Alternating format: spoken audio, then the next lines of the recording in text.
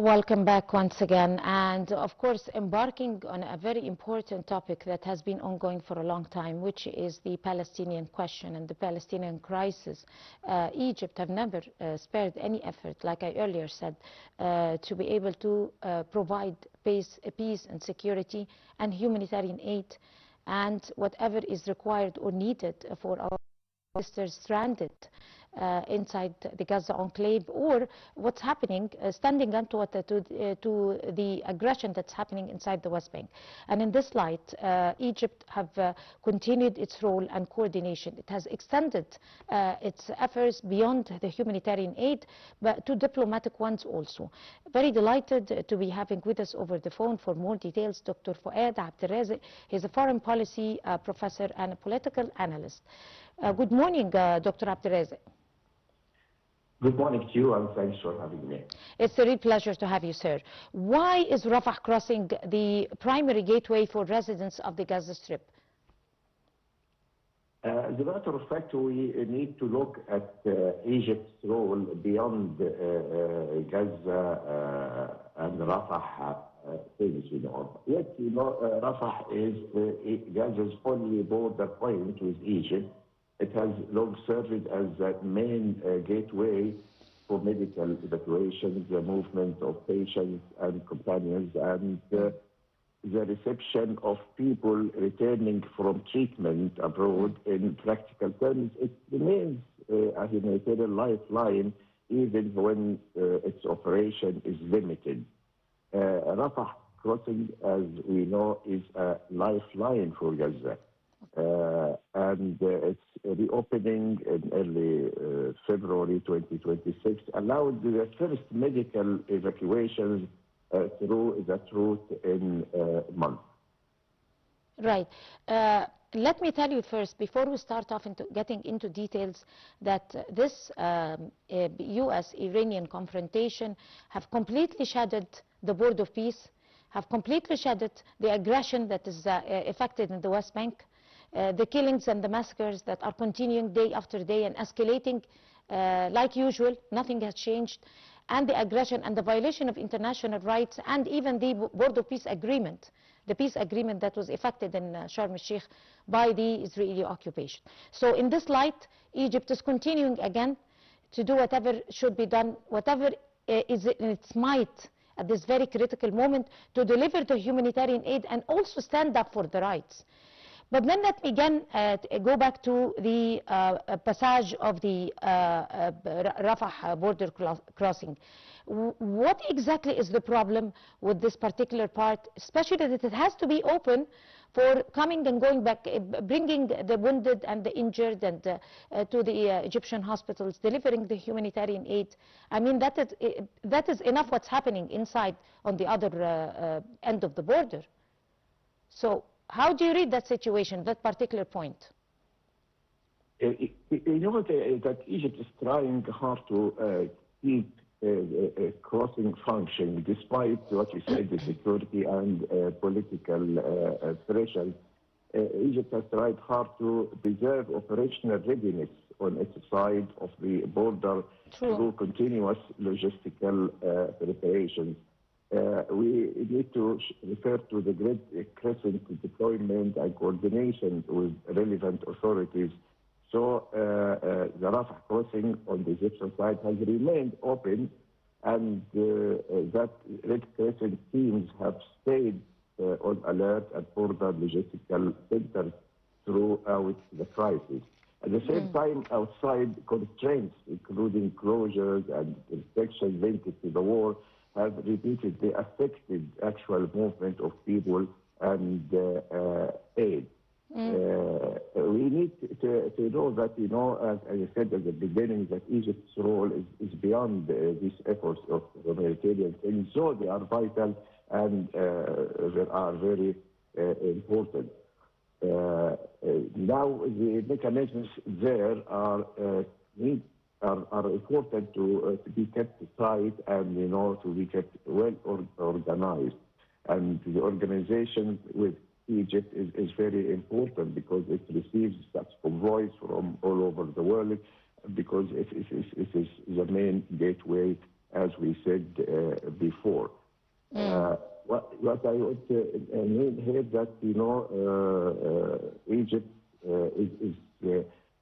is organized mainly through the Egyptian Red Crescent, which serves as the principal national coordination body for Gaza-bound assistance.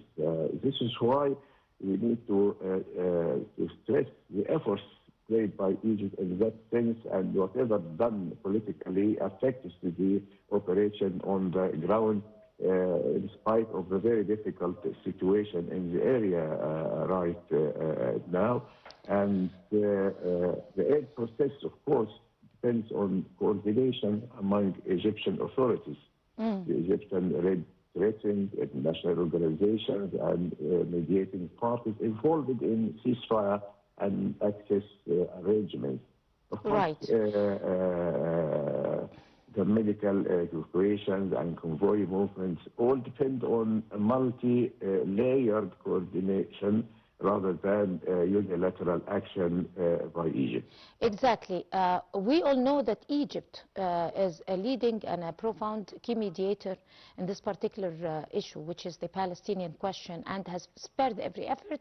And during the peace summit that was held in Sharm el-Sheikh, that the Board of Peace was affected, and there were political, humanitarian, and historical dimensions on which that Board of Peace is going to be moving, and there would be, and later on, a very big space and dimension was provided for the Egyptian role to be able to take its course. So if you'd like to talk to us, especially, anyway, it has been halted now, but talk to us about those dimensions and how important are they to be effected. Apart from the minute details regarding the aid operation, I want to say that Egypt remained one of the principal mediators in the border Gaza diplomacy. Egypt has continued mediation efforts alongside other parties in ceasefire talks, and access to aid remains one of the main sticking points in those negotiations. In other words, Egypt's diplomatic role is directly tied to improving humanitarian access, not separate from them. Now, what I want to say is that there is importance for the continuity of Egyptian support, as it reflects institutional commitment and strategic persistence. The regular dispatch of convoys, the reception of wounded Palestinians, and the maintenance of border readiness all suggest that Egypt sees support for Gaza as a continuing obligation rather than a temporary gesture. This is reinforced by the scale of deliveries and volunteer mobilization reported by the Egyptian Red Crescent. Right. Actually, going back to where we stand at this particular time, we are at a plateau stage, and whatever is in Egypt's might, Egypt is doing. What exactly is in Egypt's hands as a key mediator to be able to try to effect some wisdom inside that particular part until the Board of Peace is effective? As you know, humanitarily, if we need to talk about this, Egypt provides aid, medical treatment, and logistical support. From the political point and that's of what view, we're doing. it acts Exactly. as a mediator in ceasefire and access negotiations. Of course, Egypt's role is rooted in geography, state responsibility as a Gaza border, and its long-standing centrality of the Palestinian file.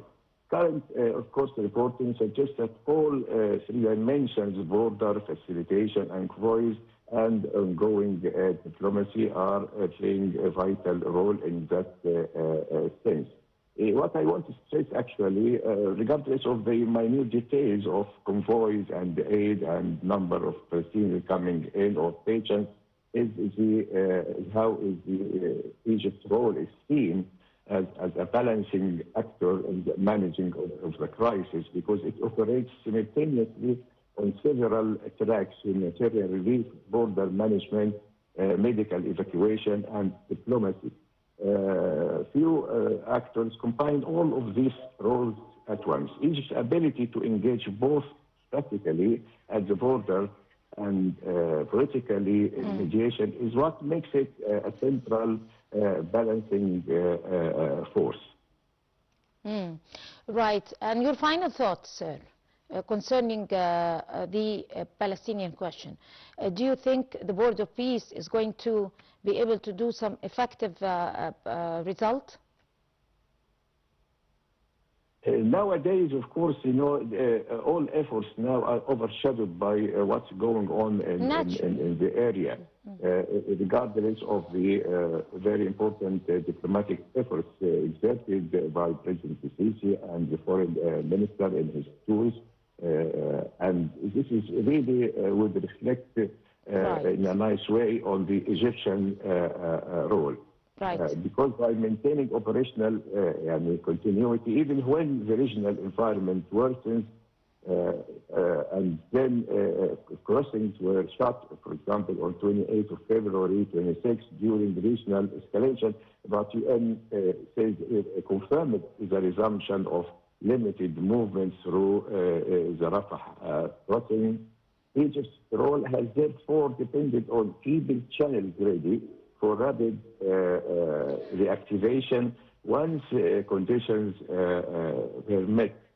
And what I want to say is that all these constraints, you know, need a concerted efforts, not only on Egypt's part, but all parties concerned to come together and maintain a better solution. Of course, after the big solution and effort done by Egypt in Sharm el-Sheikh and the beginning of phase 1, which ended in a successful way, as a matter of fact, and make the area ready for the next phase. And there is the Peace Council headed by a prominent Palestinian figure. So there is a need to keep the momentum. But as I said, what happened recently in the war between Iran and the U.S. might have, you know, affected it. Though Egypt is not really stopping it or waiting for the result of anything, just continuing the efforts to keep the momentum, especially in that area. Right. At the end, I would like to thank you so much, Dr. Fouad Razek, Foreign Policy Professor and Political Analyst. Thank you so much, and you have a good day.